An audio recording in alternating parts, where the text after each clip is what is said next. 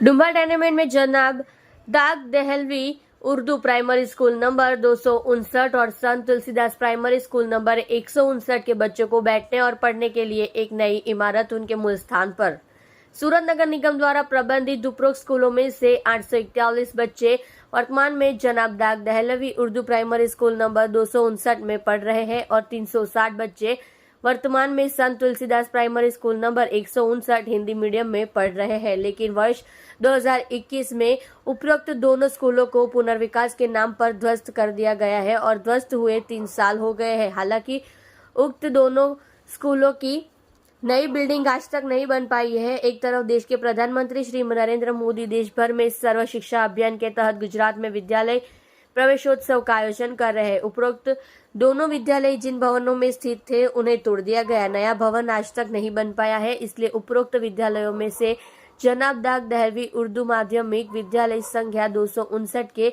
841 बच्चे दूसरे विद्यालय में पढ़ने को मजबूर है। स्कूल क्रमांक 229 और 30 के एक छोटे से कमरे में कक्षा स्कूल संख्या बहुत कम है और बच्चों को भेड़ बकरियों की तरह पढ़ाया जाता है और संत तुलसीदास प्राथमिक विद्यालय क्रमांक 159 के लगभग 360 बच्चों को स्कूल में बैठाया जाता है। आंजना में क्रमांक 194 मूल विद्यालय के स्थान से काफी दूर रहने वाले छोटे बच्चों को आने जाने में काफी परेशानी व असुविधा होती है तथा विद्यालय में जिस कमरे में बच्चों को बैठाया जाता है वह कमरा भी संख्या के कारण छोटा है, जिसके कारण बच्चों की पढ़ाई खराब हो रही है।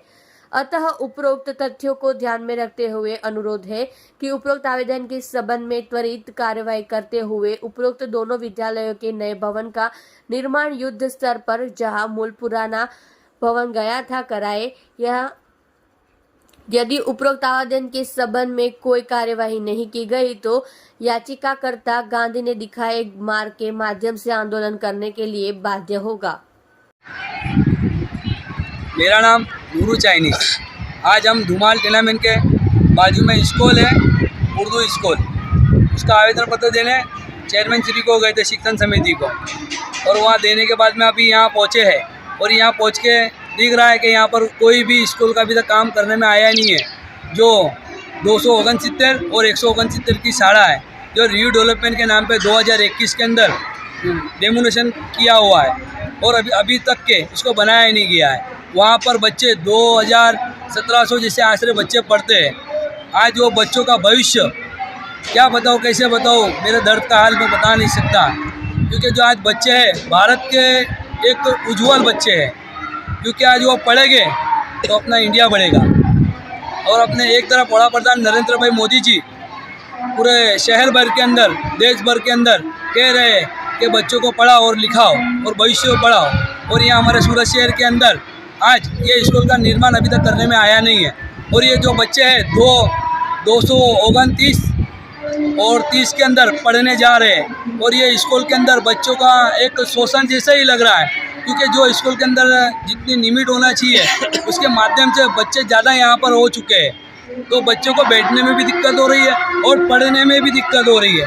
जहाँ पर शाला के अंदर, स्कूल के अंदर बच्चे पढ़ना चाहिए, जहाँ 50 बच्चे होना चाहिए वहाँ 100 बच्चे पढ़ रहे हैं, तो इस तरह बच्चे किस तरह पढ़ेंगे। आज जो 230 नंबर की जो शाला है उसको उसके हिसाब से बनाया होगा कि भाई ये शाला के अंदर इतने बच्चे पढ़ सकते हैं, पर ये जो 269 की जो शाला है वो डेमोलेशन करने में आया है, तो ये यहाँ पर समावेश किया हुआ है। और 169 नंबर की जो शाला है वो अनवर नगर के अंदर समावेश किया हुआ है, और जो अनवर नगर के अंदर जो समावेश किया हुआ है वो बच्चों को यहाँ से वहाँ जाने में दिक्कतों का सामना करना पड़ रहा है, क्योंकि वो बच्चे जिनके माँ बाप भाड़े के घर में रहते हैं, उनको भाड़े को भी दिक्कत है, वो किस तरह से बच्चों को स्कूल के अंदर वहाँ भेजने में जो भाड़ा उनका वेस्टेज जा रहा है, इससे ये लोगों का एक शोषण हो रहा है।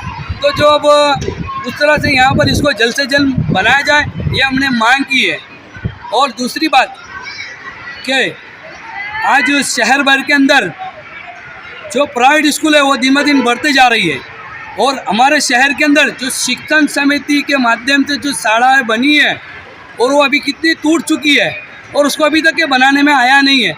तो मैं सरकार से विनती करूँगा कि इसको जल्द से जल्द बनाया जाए। जय हिंद, जय भारत।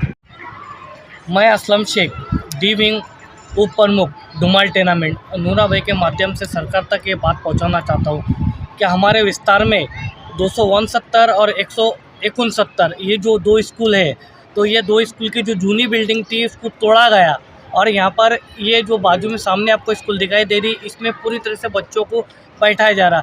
अब एक रूम में कम से कम 150 से 200 बच्चे भेड़ बकरियों की तरह बैठ रहे। एक तरफ हमारे प्राइम मिनिस्टर ऐसा बोलते बढ़ेगा इंडिया तो पढ़ेगा इंडिया, और ये देश का भविष्य। आप आके देखो यहाँ पर बच्चों की क्या व्यवस्था है। तो हमारी सरकार से सिर्फ एक ही मांगनी है कि हमारे को यहाँ स्कूल के लिए एक बिल्डिंग जल्दी से जल्दी तैयार करके दे, ताकि जो भी बच्चे हैं हमारे देश का भविष्य है, इनको कोई परेशानी ना हो, कोई उलझन ना हो। यही हमारी सरकार से रिक्वेस्ट है। जय हिंद, जय भारत।